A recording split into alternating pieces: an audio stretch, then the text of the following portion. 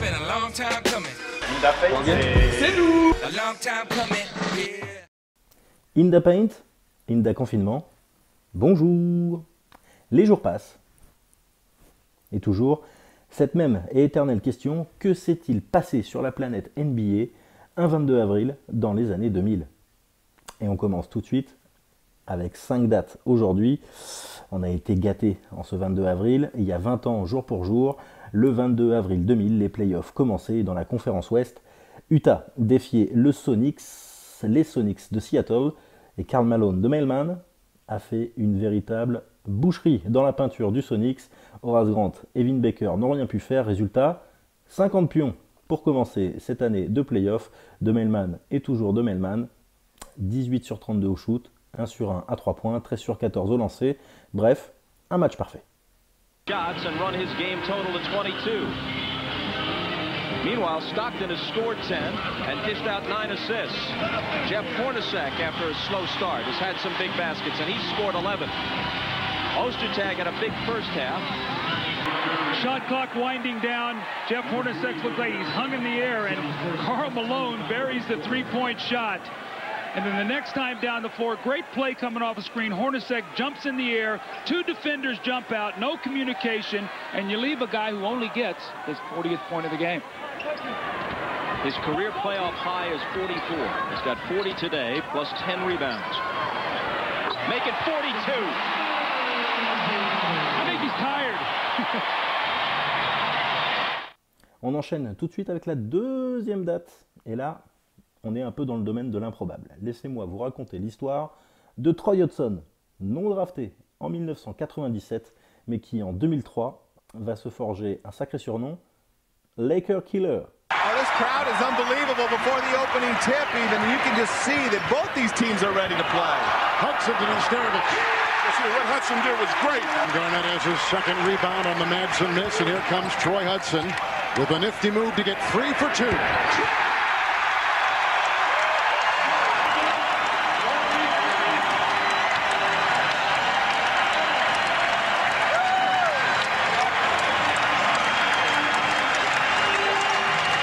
Let's check in with Craig Sager. All right, Troy, you knew the start was important, but Danny Ainge kept saying they have to finish strong in the second quarter. Talk about the last shot. Last shot, the coach drew up a play for me to get the ball to KG, and we ran a flare with Shaq's man, knowing that he would be sagging off in the lane, and I was able to get an open look.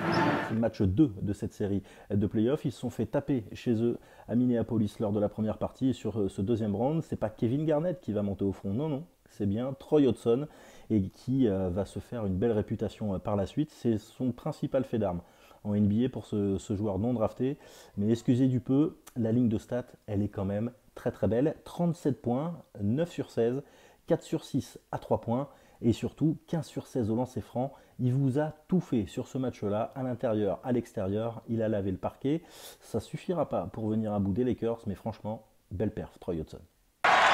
They're really beating the Lakers even to loose balls now. I mean, they really are sustaining this, and that's good. And I'm sure this makes Saunders very happy. Hudson! Troy Hudson has gone mad! He's got 24 points, 8 of 12 from the field. Kevin Garnett has put in 23. The Timberwolves have led by as many as 23. Right now on top by 22. Troy Hudson has put in 24 points in 23 minutes, hitting a dazzling array of shots. Allez, on continue avec la troisième date. Et là, par contre, asseyez-vous, 22 avril 2007. On va aller prendre des nouvelles d'une magnifique épopée qui restera dans l'histoire de la NBA et qui s'appelle le We Believe. Une seule question pour vous. Do you believe? Long-time coach in the league. I'm taking my notes on it. Matt Barnes into the game for Golden State. Here is Harrington inside, and he gets through for the basket. Now Harrington. Part of the defense, get into the blue paint, and then find an open shooter. And Nowitzki has his shot blocked by Steven Jackson inside. Last touched by the Warriors. Pam was talking about, we see right here, Nowitzki with the size advantage, but the quick jump, length of the Golden State Warriors block. Just one a week about how his centers are going to have to play 48 minutes. And he's even smart the here as Dirk Nowitzki takes it to the basket. Eh bien oui, we believe. L'histoire, c'est très simple, c'est l'histoire de cette équipe, de cette franchise des Warriors en 2007. Un peu considérée presque comme les 12 salopards.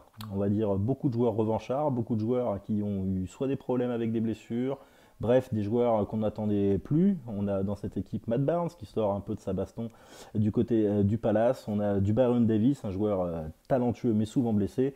On a du Stephen Jackson, on a du Al Harrington, on a du Mike Pietrus. Bref, cette équipe, personne ne l'attend. Elle arrive à se qualifier pour les playoffs. C'est une première depuis 1995 pour les Warriors. C'est bien, ils finissent 8e à l'ouest. On leur dit bien allez les gars, allez en playoffs, allez vous faire balayer par les Mavs d'un certain Dirk Nowitzki. Non, c'était mal connaître l'âme de cette équipe et c'est pour ça que cette équipe s'appelle le We Believe, parce qu'avec cette équipe de revanchards, ils vont tout exploser.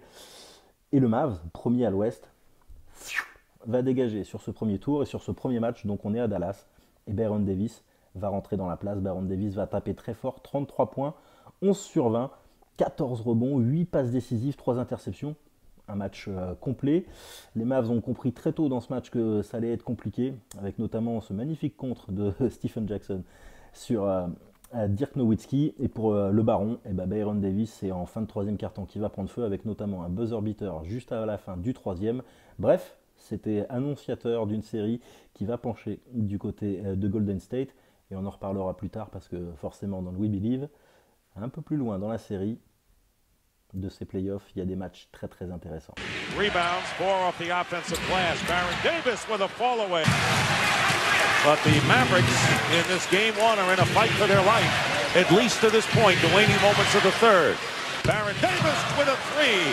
His second three-pointer here in the third quarter, and what a third quarter it has been for Baron Davis. On the face of the Mavericks owner Mark Cuban, and another three by Baron Davis, 26 points, 19 coming here in the third quarter, and that'll do it. As the Golden State Warriors were down by 5, and now they are up by 6, and yes, Mark Cuban can't believe it, and neither. La quatrième date en ce 22 avril, c'est 2010. On est 3 ans après. Et on va garder un rescapé de cette équipe du We Believe, c'est Jason Richardson. Cette fois, on le retrouve toujours à l'ouest, mais du côté de Phoenix. Phoenix se dirige à Portland en 2010. C'est le match 3 de cette série de playoffs. Et le pauvre Jason Richardson, lui, les playoffs, il n'en a pas souvent joué du côté des Warriors. Et donc forcément, maintenant qu'il est arrivé à Phoenix, il a envie de se montrer en playoff, et ce jour-là, il s'est bien montré, 42 points, 13 sur 19 au shoot, et surtout 8 sur 12 à 3 points. Et franchement, Batum et consorts en face n'ont rien pu faire, et Jason Richardson se fera bien plaisir cette année-là, lui qui a eu très peu l'occasion de se montrer en playoff, et il a pu nous montrer sur cette série que notamment il n'était pas qu'un joueur qui savait dunker. Blazers 3 for 9 to start. Phoenix out running. Richardson. Now come the Suns 3 on 2. Long to Richardson from Nash. Blazers had looked like they were going to charge back. They lose track of Richardson. And Martell Webster on the transition defense. Fry had Stoudemire open. Here's Richardson. Might as well. Jason Richardson again. He's got 37. Nash. Richardson for 3. 42 for Jason Richardson. La cinquième date, c'est un an plus tard, le 22 avril 2011. Et là, c'est une grosse dédicace à mon poteau, Smooth l'artificier, avec un désossage en règle. Comment ne pas parler autrement? C'est très simple. On va prendre cette fois la direction de la conférence Est le 22 avril 2011. Les Celtics déboulent à New York. C'est le match 3 de ce premier tour de play-off. Les Knicks ont bien failli réussir à prendre une des 2 premières manches. Ils ont perdu 2 points le premier match, de 3 points le deuxième. Mais au troisième match à New York, Boston est très très énervé. Il y a un triptyque. C'est pas un joueur, c'est pas 2 joueurs, c'est 3 joueurs. Aujourd'hui, il y a un triptyque. On ne peut pas les dissocier sur ce match-là, tellement ça a été un désossage en règle au Madison Square Garden. New York's percentage is excellent. They're 5 of 8 from deep. Barnett gives it to the hot hand Pierce. Takes another 3. Knocks that one down. Watch the play. He fakes over that way and then There you go. They're so worried about Ray. Everybody in the joint's playing him. Rondo decides to take a jumper just for grins. 79-59, the Knicks down 20. Ray, nice and loose, buries another one. Le triple-double de Rajon Rondo, 15 points, 11 rebonds, 20 passes décisives. Et surtout, en face, je vous parlais donc de Paul Pierce et Ray Allen. Autant vous dire que là, on parle de gars qu'on mis dedans. 14 sur 19 pour The Truth, 11 sur 18 pour Ray Allen, 6 sur 8, 8 sur 11 à 3 points. Bref, ça a été une boucherie. Un 14 sur 19 pour deux joueurs à 3 points en play-off. Excusez du peu, mais au résultat, c'était injouable. Voilà, c'est tout pour aujourd'hui. 5 dates. On va vous mettre plein de petits liens dans cette petite vidéo. Régalez-vous, on a le temps, on est confiné. Et on le sait, le confinement, c'est très long, mais la NBA, c'est très bon. A long time coming, yeah.